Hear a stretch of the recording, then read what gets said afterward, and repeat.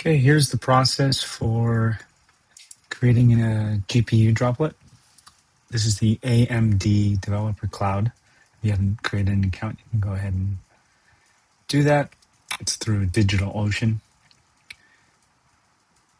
And so click here. If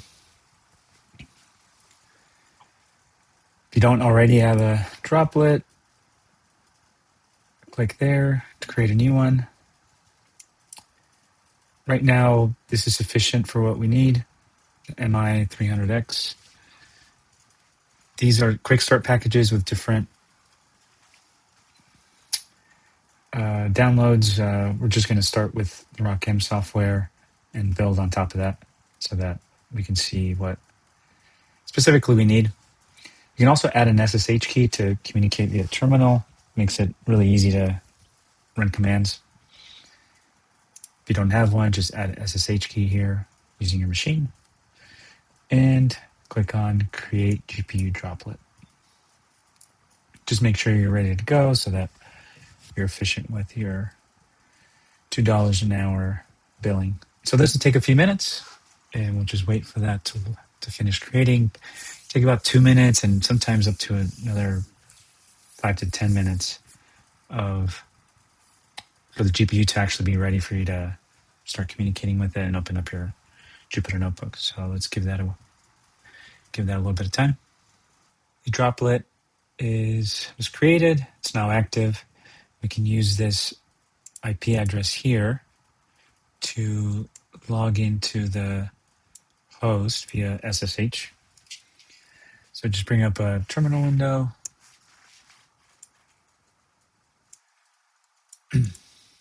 SSH root and paste the IP address. Okay, looks good. And so then we can it creates its own Jupyter server. We're going to go ahead and just copy this address.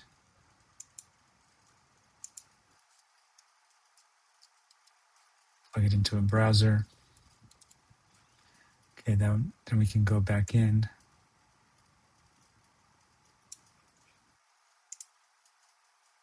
Copy the token.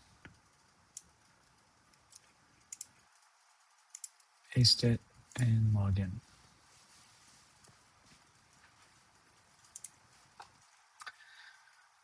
So go ahead and click on under notebook here, Python 3. Okay, we can upload the module 1 Jupyter notebook file.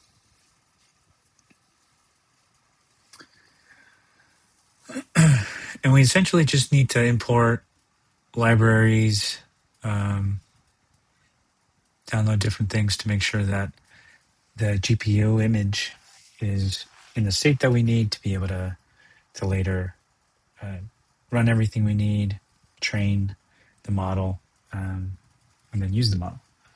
Okay, so first part here is this one takes a little bit of time. Shift Enter.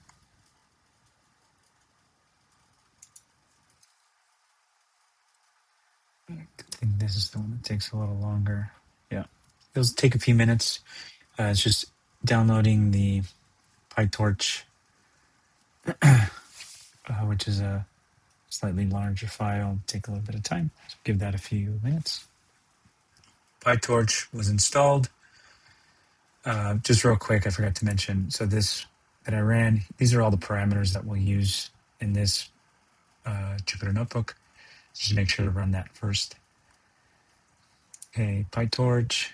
Now all the course dependencies. Got Hitran, NumPy, various things to be able to run the models, run the simulations, train the models to the inference. Okay, so that's installed.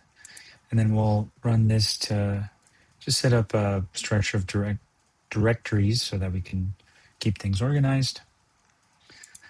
And then this is where we run the Hitran database. So what happens with Hitran is that you run this fetch function once for a particular molecule, methane, isotope of that molecule, and then a range of wave number. And it'll actually download and store a data file that gets called in later functions that you call when we go to run simulations. Here's just a summary of the lines. There's a total of 379, or 379 lines within that particular wave number range. So database is ready to use, and then we'll run this to make sure that GPU access is running. So we're running just a short GPU test. Looks like GPU is working correctly. And then I think finally, we'll just run this script to make sure that everything downloaded appropriately, all the packages are verified.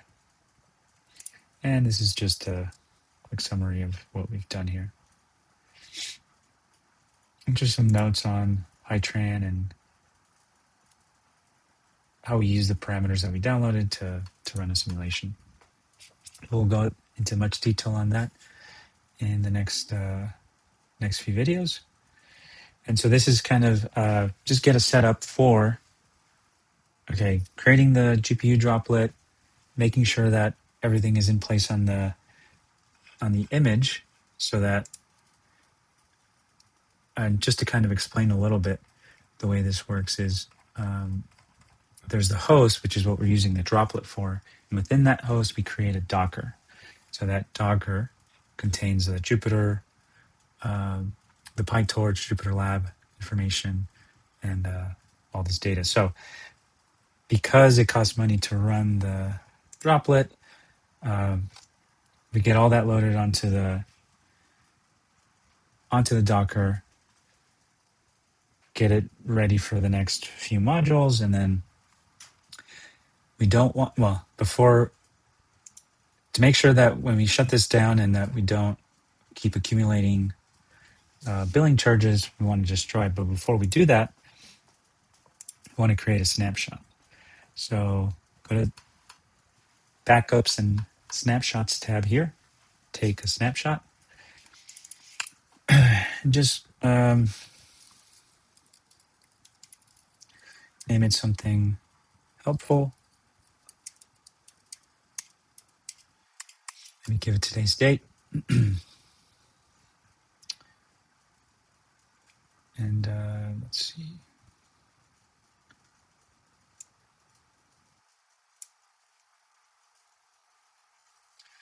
It's creating the snapshot. Oh, what I should have done was what I was supposed to do is shut this down.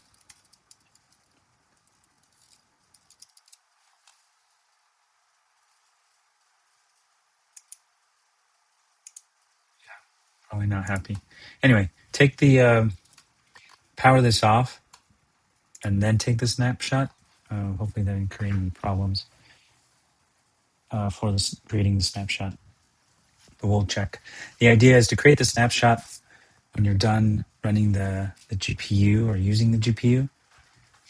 Once you want to go back to the snapshot to, once you're ready to start continuing through the modules and running, actually using the GPU, then you can use the snapshot to get things going again much faster.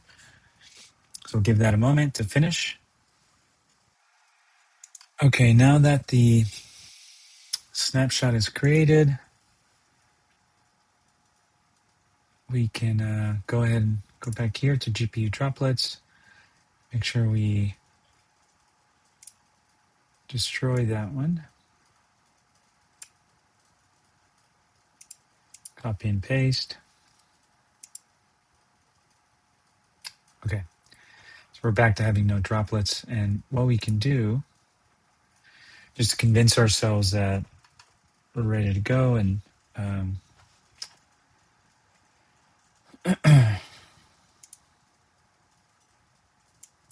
we can still use this.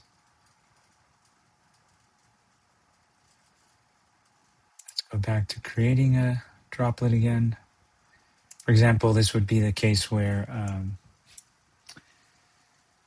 you want to pick back up where you left off the day before or the day previous to that, but you don't want to have to go in through and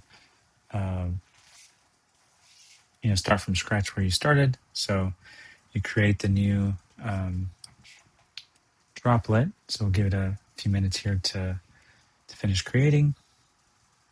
Okay, now that we have the new droplet created, we want to make sure that we can convince ourselves that the snapshot that we took from our previous session is working to get us going faster. So we have this new IP address, so we can use that to SSH.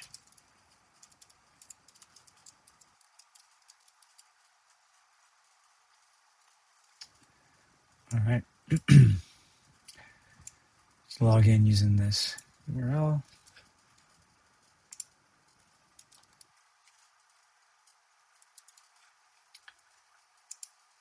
And you may or may not have to, I think I had already logged in using this token, but if it asks you for a token at the top, just copy and paste that. So if you run the code or you do everything you need to do within one session, then you don't need to do this, but it's unlikely. So because we're destroying the GPU droplets and saving the snapshot to try and save on billing, we have to kind of run this module 1 session setup every time, just to make sure that we have everything we need to be able to do the work we need to do. Okay, so PyTorch installed, dependencies, give that a minute.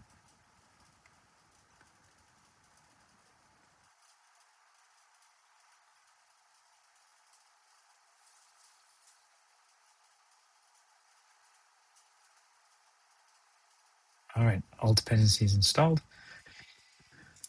I think the directories are already there, just in case.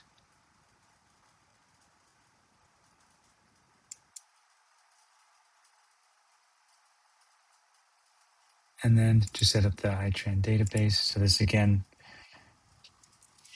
runs the fetch function from iTran to store the data that you need to later run the simulations. And then just verify that the GPU is running appropriately, run a GPU test.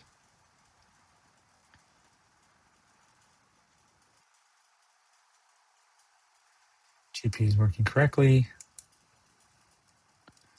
and just verify all the packages that we need.